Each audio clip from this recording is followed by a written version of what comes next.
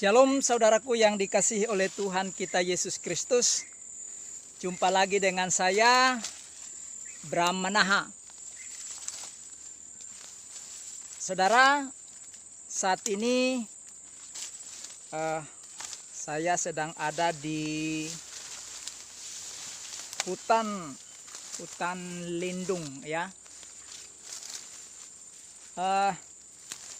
Kenapa saya di sini? Karena sukanya alam ya. Saya suka alam. Karena alam itu kadang-kadang menjadi terapi, membuat hati kita bisa tenang, bisa fresh gitu ya, memberikan ketenangan gitu. Jadi saya orangnya sukanya alam. Maka kalau saudara lihat seringkali kan saya di alam ya. Itu karena memang saya suka alam. Ya, kali ini kita akan membahas sebuah topik saudaraku, yaitu mu'alaf atau trik menghancurkan Islam.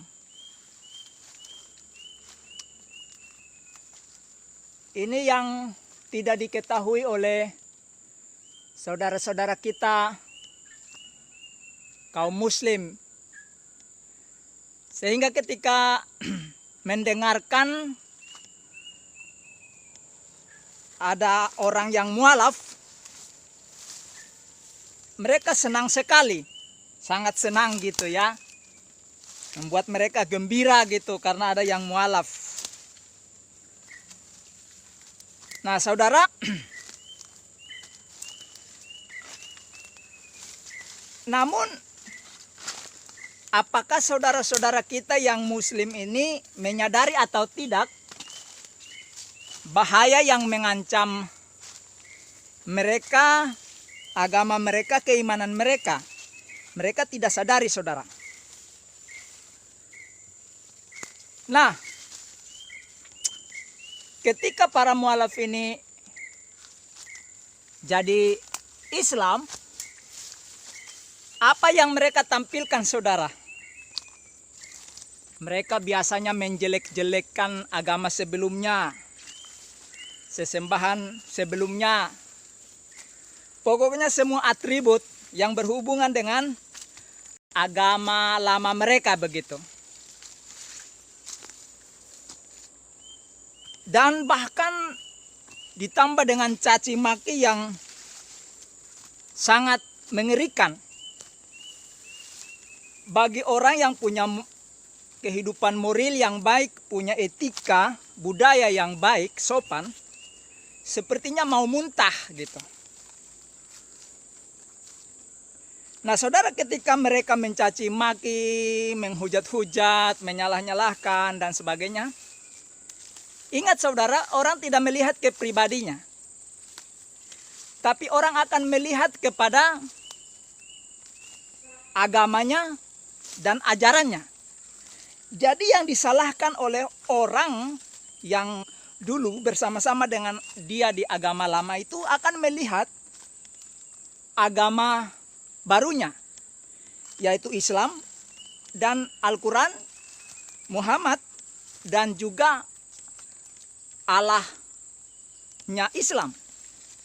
Sehingga mereka mengambil kesimpulan bahwa ini agama buruk, ini Tuhan buruk, ini nabi yang buruk, ini kitab buruk, ajaran buruk, dan semuanya pasti buruk.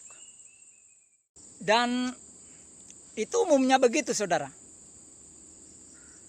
Karena satu orang berbuat, semua akan dinilai seperti itu.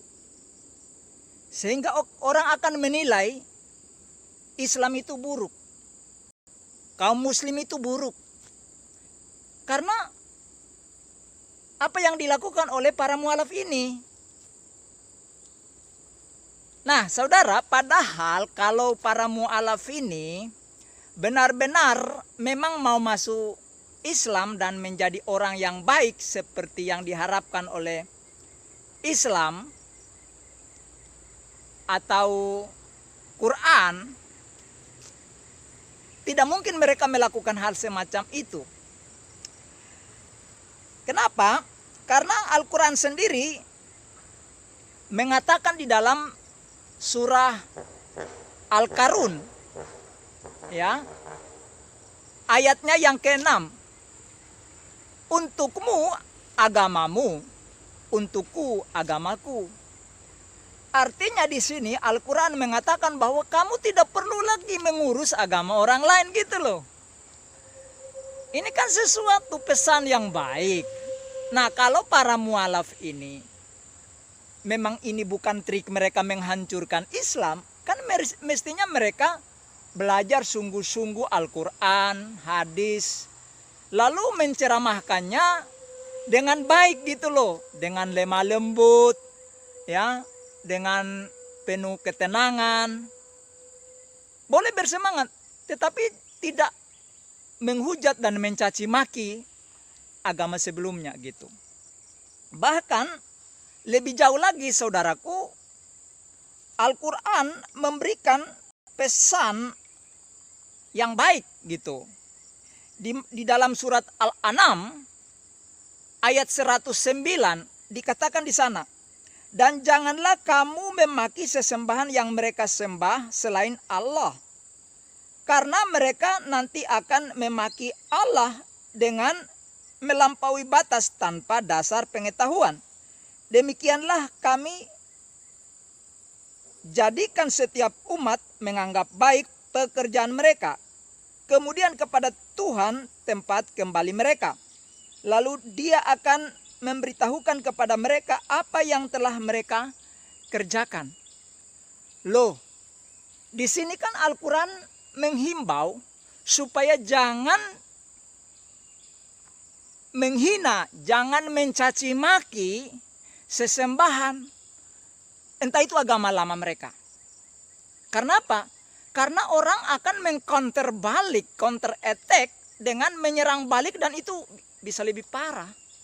Nah, ini disadari oleh para mualaf dan mereka lakukan itu. Karena apa? Ini trik untuk menghancurkan Islam. Ini motif untuk menghancurkan Islam, bukan membuat Islam dikagumi, tetapi justru membuat Islam di mata orang non-Islam itu seperti sampah, kotoran binatang, kotoran manusia yang menjijikkan gitu. Karena para mualaf ini menampilkan sesuatu yang buruk, sesuatu yang muntah. Kalau orang yang punya tata krama, orang yang punya sifat, punya tata krama yang baik. Nah, Indonesia ini kan terkenal dengan budaya santunnya, budaya sopannya, budaya hormat menghormatinya. Lah kalau para mualaf ini sendiri menampilkan caci maki, hujat, memburuk-burukan agama sebelumnya, ya itu tadi saya bilang, membuat orang akan menilai bahwa Islam adalah agama yang buruk, yang tidak perlu diikuti. Dan saudara tahu bahwa itu akan berdampak juga kepada umat muslim, bahwa ya, kalau begitu agama kita ini buruk, ya harusnya mereka yang dari agama non-Islam yang kita anggap sebagai agama yang tidak benar, yang buruk, seharusnya ketika mereka masuk Islam, mereka lebih baik, kata-katanya lebih santun, kata-katanya mengayomi, kata-katanya menyejukkan, ya kan, kata-katanya membangun.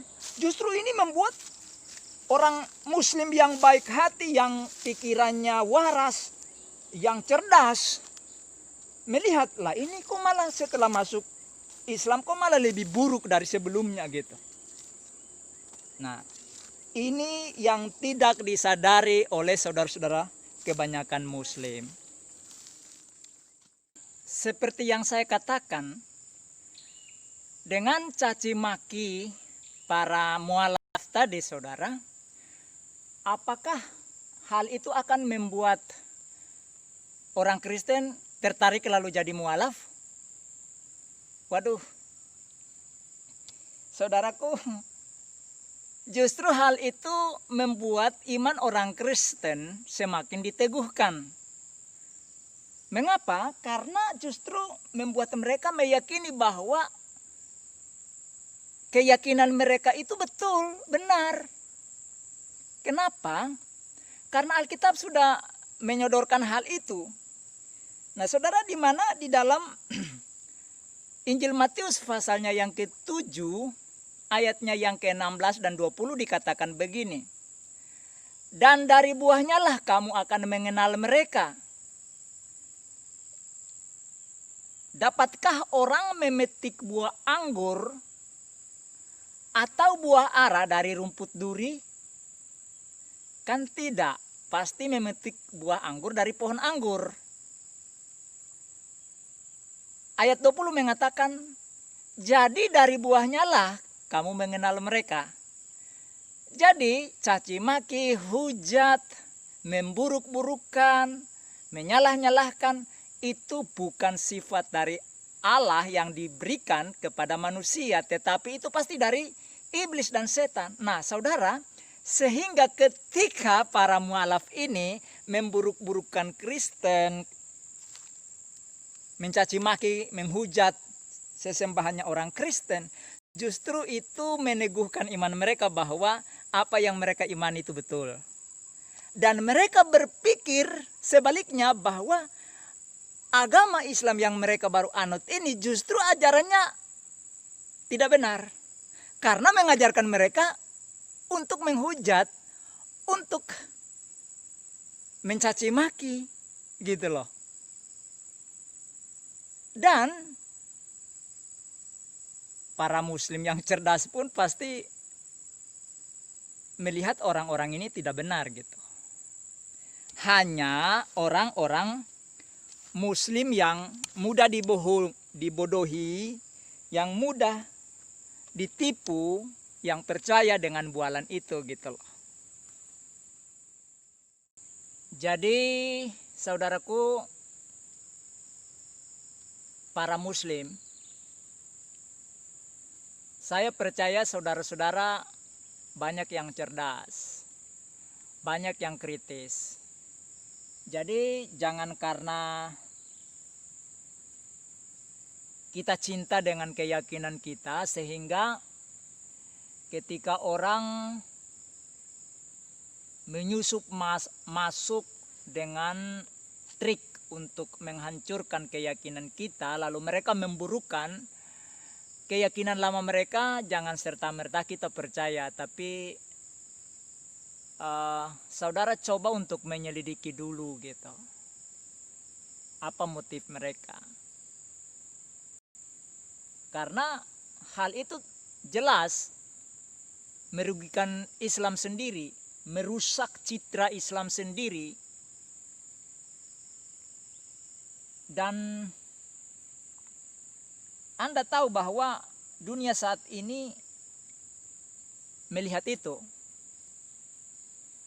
Dengan perbuatan segelintir orang,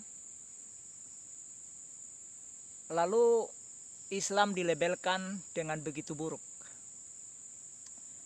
Hal ini sangat kontradiktif dengan para mantan muslim yang masuk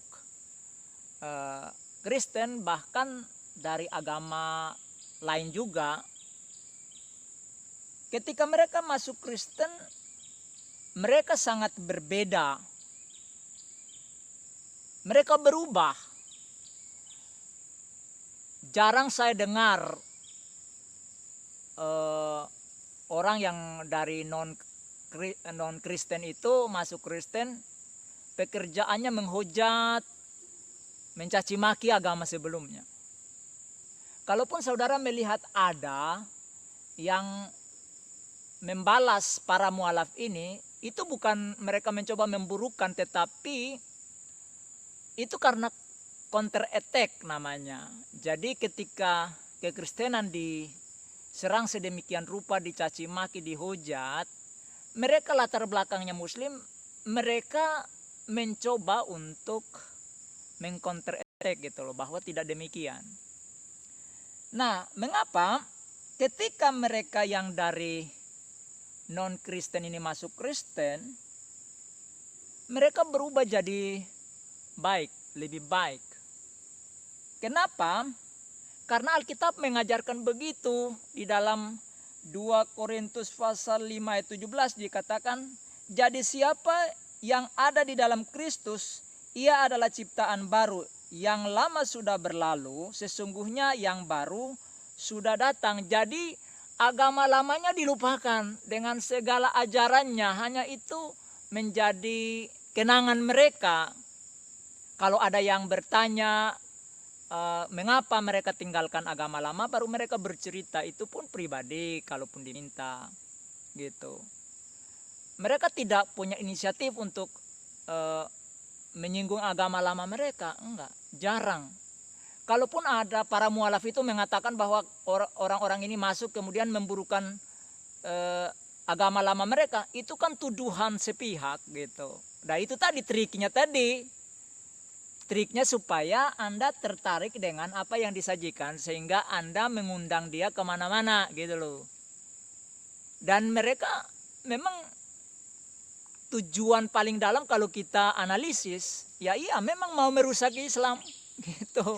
Kalau saudara mau terima itu, sehingga saudara berhati-hati. Kalau kita di kekristenan sangat berhati-hati dengan orang-orang kayak gitu, sangat ekstra hati-hati gitu. Kalau Anda menjelekkan agama lama di podium, Anda siap terima risiko kan gitu.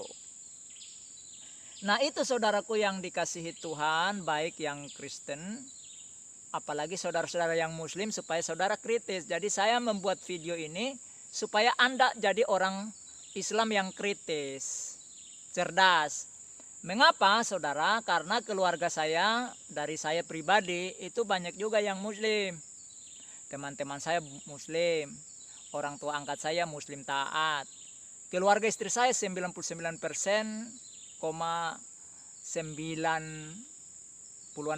itu Muslim semua. Ya, di kampung istri saya itu hanya keluarga istri saya yang Kristen gitu ya. Walaupun kakaknya yang nomor 2 laki waktu menikah kembali lagi ke Muslim gitu kan. Gitu loh. Nah, jadi saya berharap saudara-saudara Muslim punya tanggapan positif terhadap video ini, sehingga saudara berhati-hati dengan trik para mualaf ini untuk merusak citra Islam sendiri. Karena Islam di kampung istri saya itu baik-baik ya. Mereka toleransinya bagus. Walaupun ada yang fanatik, tapi tidak terlalu menunjukkan lah ya. Cukup untuk diri sendirilah. Gitu. Begitu juga saudara-saudara saya yang Muslim ya. Itu. Nah, kiranya video ini memberkati saudara. Bagi saudara yang sudah menyaksikan video ini, silakan untuk like dan subscribe. Kemudian bunyikan lonceng notifikasi agar saudara tidak ketinggalan video-video saya yang terbaru. Dan saudara boleh share kepada keluarga maupun teman saudara, baik yang Kristen maupun non Kristen, sehingga mereka juga bisa mengetahui apa yang saudara ketahui dan mereka diberkati juga. Sampai jumpa di video selanjutnya. Tuhan Yesus memberkati. Shalom.